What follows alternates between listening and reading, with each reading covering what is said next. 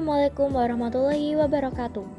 Kami dari kelompok 1 akan menjelaskan materi tentang pengertian, paradigma, pendekatan, dan juga indikator pembangunan. Sebelumnya, kelompok kami akan memperkenalkan diri, dimulai dari saya yaitu Aurelia Karina Devi dari absen 2 sebagai moderator. Kemudian teman-teman saya yaitu Felicita Apriliani dari absen 10, Jonathan Andri Pratama dari absen 17, Muhammad Iqbal Albani dari absen 27, Natasha Salsabila dari absen 28, dan yang terakhir yaitu Rahma Inka Aryani dari absen 31. Dalam video ini, kami akan menjelaskan beberapa materi subbab, yaitu yang pertama, pengertian pembangunan, yang kedua, paradigma pembangunan, yang ketiga, pendekatan-pendekatan pembangunan, lalu yang keempat, indikator keberhasilan, dan yang terakhir yaitu dampak pembangunan wilayah terhadap perubahan ruang muka bumi. Kita lanjut saja ke materi yang pertama, yaitu pengertian pembangunan. Pembangunan adalah proses multidimensional yang melibatkan perubahan struktural, sosial, dan ekonomi dalam masyarakat dengan tujuan meningkatkan kualitas hidup dan kesejahteraan penduduk. Adapun definisi pembangunan menurut para ahli sebagai berikut. Yang pertama yaitu Amartya Sen. Sen mendefinisikan pembangunan sebagai proses peningkatan kebebasan substantif yang dinikmati oleh individu. Menurutnya, pembangunan harus fokus pada pemberdayaan individu melalui peningkatan akses ke pendidikan, kesehatan, dan juga peluang ekonomi, serta kebebasan untuk berpartisipasi dalam masyarakat tanpa adanya penindasan. Yang kedua yaitu Dudley Sears. Ia berpendapat bahwa pertanyaan kunci yang harus dijawab untuk menentukan berhasil atau tidaknya pembangunan adalah apakah pengangguran itu menurun atau apakah kemiskinan berkurang dan juga apakah ketimpangan ekonomi berkurang. Yang ketiga yaitu Walter Rostow. Ia menjanjikan teori tahapan pertumbuhan ekonomi di mana pembangunan dilihat sebagai proses evolusi ekonomi yang melalui 5 tahap dari masyarakat tradisional hingga era konsumsi massal.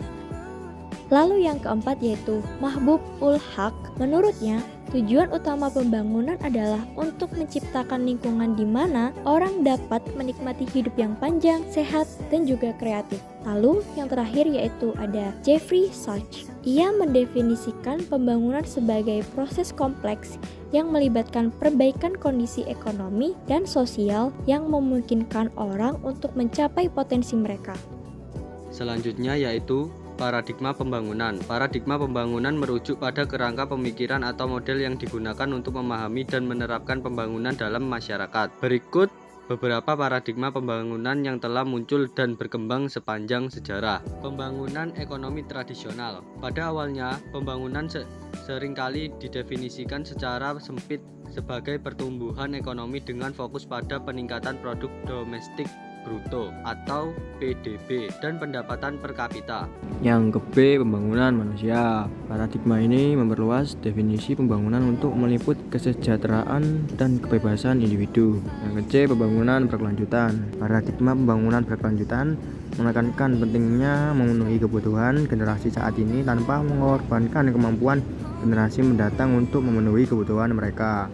Yang ke D, pembangunan berbasis hak. Paradigma pembangunan berbasis hak melihat pembangunan melalui lensa hak asasi manusia, menekankan bahwa semua individu memiliki hak untuk berpartisipasi, berkontribusi, dan menikmati manfaat dari pembangunan. Yang E, menitik beratkan pada pentingnya yang memastikan bahwa semua kelompok dalam masyarakat termasuk yang paling marginal memiliki akses terhadap manfaat pembangunan. Yang ke F, pembangunan hijau. Paradigma pembangunan hijau berusaha menciptakan pertumbuhan ekonomi dan peningkatan kesejahteraan sambil meminimalkan kerusakan lingkungan dan konsumsi sumber daya alam.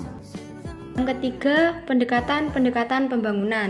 Pendekatan-pendekatan pembangunan merujuk pada metode atau strategi yang digunakan dalam perencanaan dan pelaksanaan kegiatan pembangunan. Pendekatan ini ditentukan oleh tujuan pembangunan, kondisi lokal, sumber daya yang tersedia, dan kebutuhan masyarakat. Berikut pendekatan-pendekatan pembangunan. A. Pembangunan berwawasan kependudukan. Pendekatan ini mengintegrasikan isu-isu kependudukan ke dalam perencanaan dan pelaksanaan kebijakan dan program pembangunan. Fokusnya adalah pada dinamika kependudukan. B.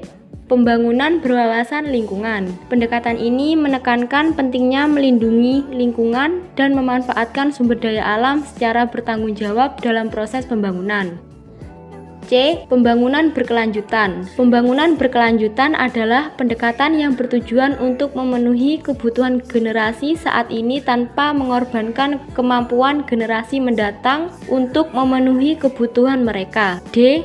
Pembangunan berpusat pada manusia. Pendekatan pembangunan berpusat pada manusia fokus pada peningkatan kualitas hidup dan kesejahteraan individu dan masyarakat. Yang keempat adalah indikator keberhasilan pembangunan. Indikator keberhasilan pembangunan adalah alat pengukuran yang digunakan untuk menilai kemajuan dan efektivitas kebijakan dan program pembangunan. Beberapa indikator penting yang sering digunakan untuk mengevaluasi keberhasilan pembangunan antara lain, yang pertama, pertumbuhan ekonomi, meliputi produk domestik bruto atau PDB dan pendapatan per kapita. Yang kedua yaitu kesejahteraan sosial, meliputi indeks pembangunan manusia atau IPM, tingkat literasi dan pendidikan.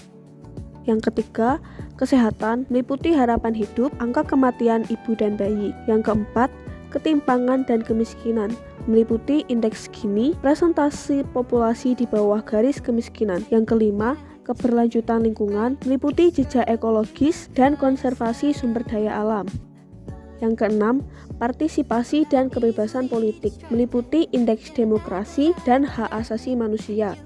Dan materi yang kelima yaitu dampak pembangunan wilayah terhadap perubahan ruang muka bumi. Yang pertama yaitu dampak terhadap transformasi penggunaan lahan. Pembangunan wilayah seringkali menyebabkan perubahan signifikan dalam penggunaan lahan. Lahan pertanian, hutan, dan lahan alami lainnya dapat diubah menjadi area perkotaan, industri, dan infrastruktur seperti jalan, jembatan, dan bangunan. Transformasi ini memiliki beberapa dampak utama, yaitu pengurangan lahan pertanian dan kehilangan keanekaragaman hayati, perubahan aliran air, dan pemanasan perkotaan.